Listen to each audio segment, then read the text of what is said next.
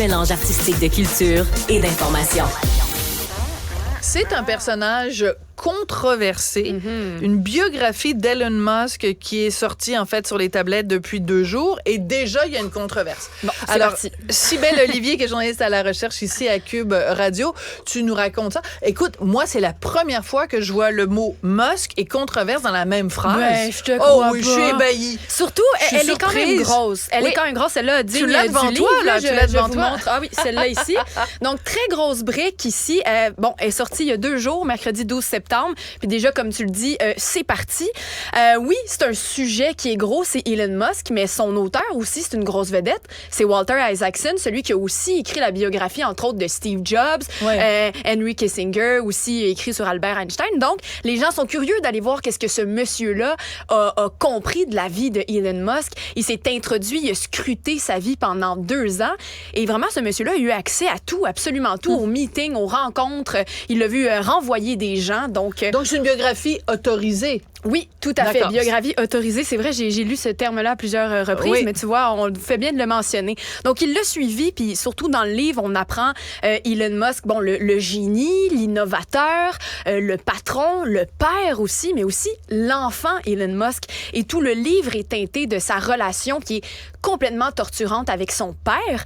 Et on apprend à quel point en grandissant, Elon Musk va teinter tout ce qu'il fait de cette relation-là, autant son addiction au risque, par exemple, que son addiction au drame et aux controverses. Ça vient de là.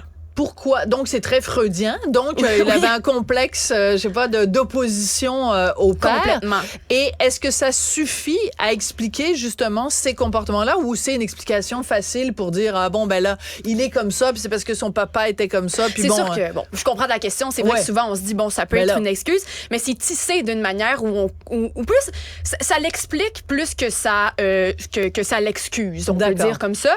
Mais en fait, ce qui est intéressant, c'est que cette relation-là, c'est ça qui l'amène plus tard à faire des décisions sur un coup de tête, comme l'achat du réseau Twitter X, feu Twitter. Ça vient de là, de tout ce qui s'est passé dans son enfance. Bref.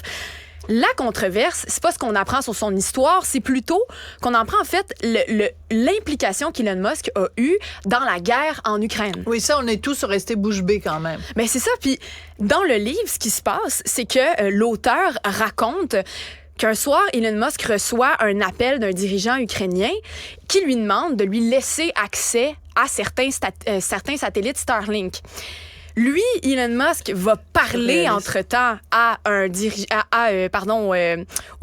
l'ambassadeur russe aux États-Unis et celui-ci lui aurait dit, écoute, si tu laisses l'accès, ce qui va se passer, ben ça risque d'avoir l'attaque des Ukrainiens sur la flotte russe risque de s'escalader et peut-être même mener à une guerre nucléaire. C'est ce qu'on lit dans le livre. Et donc là, Elon aurait refusé donc de laisser les Ukrainiens accéder à ces satellites comme ça. Mais c'est assez fascinant et terrorisant parce que pour les gens, mettons, qui ont vu Oppenheimer... Oui, je l'ai vu. Et des gens qui jouent à quelques fractions de probabilité avec la possibilité qu'il y ait une destruction de l'humanité, ben on se dit, ben Elon Musk, à une autre façon, a peut-être frôlé une 3e guerre mondiale, mais comment ça se fait qu'on donne du pouvoir, autant de pouvoir entre les mains d'une seule personne? Oui, c'est mais fou. est-ce qu'on lui donne vraiment le pouvoir? Parce que finalement, là, elle est là la controverse et là, les vraies informations sortent. C'est qu'au départ, M. Musk et ses satellites ont été extrêmement bénéfiques à l'Ukraine aussi. Depuis le début, il leur a envoyé des satellites et a accepté que tout le monde leur accède gratuitement pour les aider à avoir des communications. Mais cette partie-là de satellites, elle était près de Sébastopol, dans la Crimée.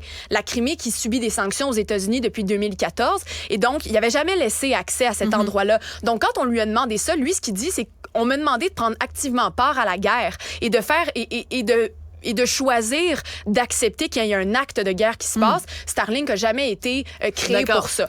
Elle est là, la controverse, parce que là, bon, lui, il se fait accuser d'être pro-russe, il se fait accuser d'autres choses, mais comme tu l'as soulevé, et moi, je prends pas position là-dedans, par contre, la question, c'est est-ce qu'on doit craindre qu'une personne a un aussi grand pouvoir, une aussi grande influence? Parce que non seulement il y a de l'influence avec Starlink, mais maintenant avec le réseau social. Twitter, et c'est là que c'est légitime de se demander si cette personne-là a pas trop de pouvoir, finalement. C'est ça.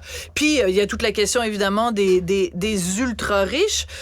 Toi, tu es passé à travers le livre. Est-ce que c'est... Parce que quand il y avait eu la biographie, justement, de Steve Jobs, tout le monde l'achetait, mais personne le lisait. Tu sais, c'est le genre de truc, tu le laisses sur ta table à café, puis tu en lis 4 pages, puis à un moment donné, tu lis les résumés dans les journaux. Oui. Est-ce que c'est une lecture vraiment qui vaut la peine? Je l'ai pas lu au complet, Sophie. Non, je comprends. Non, c'est ça. Mais moi, je trouve que ça vaut la peine parce que ça nous amène aussi, outre la controverse de quelques pages, à nous poser des questions, personnellement, qui sont plus intéressantes. Vas-y, rapidement. Mais, rapidement, comment... En rafale. Oui, ben justement, on parle de son super pouvoir qui est le Devil Mode, qui est le mode démon, qui est une espèce de transe dans lesquelles certaines personnes comme Steve Jobs et lui sont capables de se mettre. Donc moi, ce que je me demande, c'est est-ce que c'est une biographie qui va inspirer une génération d'entrepreneurs à tenter d'aller chercher cette espèce d'état d'esprit-là qui rend les hommes comme ça, non pas une main de fer dans un gant de velours, mais une main de fer directe. Il renvoie des gens, il est pas correct avec son staff, mais il accomplit des grandes choses.